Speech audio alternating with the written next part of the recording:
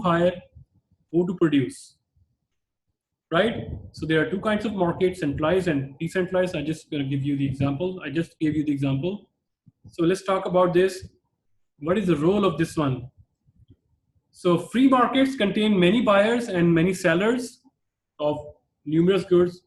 There are airplanes trading over there, cars, vegetables, home appliances, productivity like mobile phones, laptops, right? All of them are interested primarily in their own well-being. So buyers and sellers, what this text is telling you, that people are selling the goods for their own well-being. It means you are selfish. If seller is selfish, buyer is also selfish. So what they are doing, if I am selfish, I want to buy something. What is my selfishness? I want to buy at higher price or lower price? Guys, I need your participation. Sir, are you asking me? Everyone. If I am selfish, I'm a buyer, right? And what is my selfishness? I want to buy at higher price or lower price? Lowest price. It means I am selfish, right?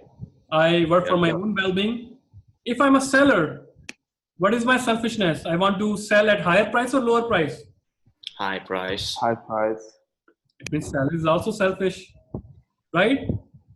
Amazing thing is that when both are selfish, they fight for the price, right? Bargaining. Buyer will say that lower the price. The seller will say that increase the price, right? By doing so, what happened?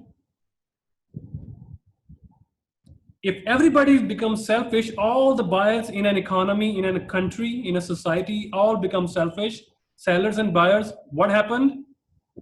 Collectively, there is organizing economic activity and they promote overall economic being, economic well-being.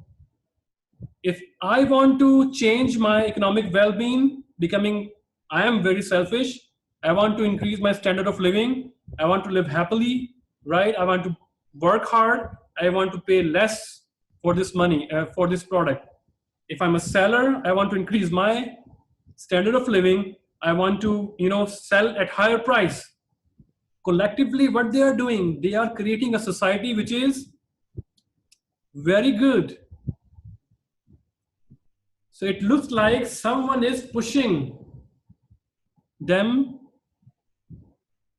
to improve collectively, not individually, collectively. If sellers say that, look, people are not buying at higher prices, it means I need new ways to produce that product so that my production cost will lower, he will be more efficient, right?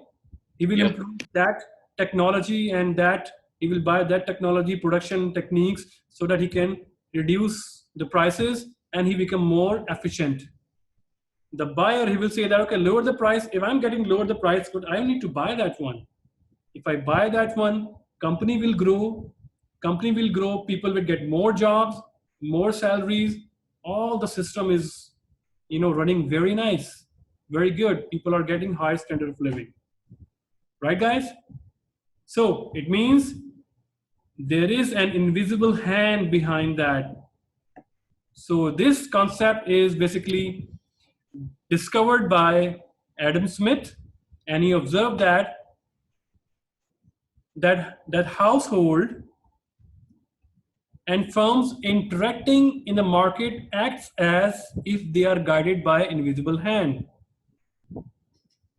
Right? And what is the invisible hand? Invisible hand is the price. So by just looking at the price, sellers and buyers, they decide and they maintain the interaction. They interact with each other by looking at the price, and they pay the price of the social cost to their action. If they buy the product, the money will go to the company. Its sales rises. Its sales rises. The company will be more able to have a charitable, funds to increase the salaries of the employees and household, to pay more taxes to the government, right? So this happen, all the society welfare is going to be maximized, right? So I have a very nice video which make you understand how invisible hand works. Let's talk about this. Let's listen this. The invisible hand. An economy is a tricky thing to control, and governments are always trying to figure out how to do it.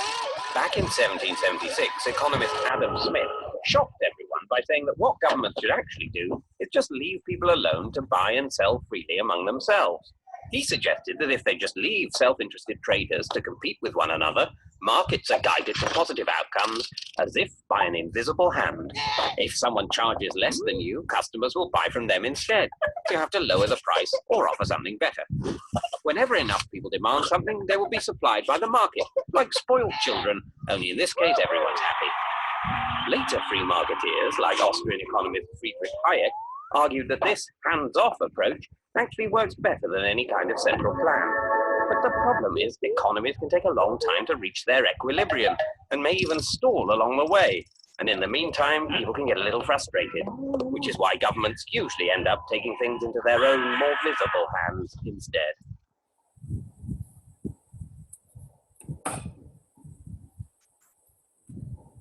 So you understand that? Yep. So thing is that markets are a good way to organize economic activity, right? It means there is no interaction from the government. Let the people and buyers decide what is best for them. Now, the seventh principle is exactly opposite to them. Like the end of this video, I told that what happened if people and, if the buyers and consumer producer or seller decide there is a level when producer cannot produce more than that, it cannot reduce the price according to the demand by the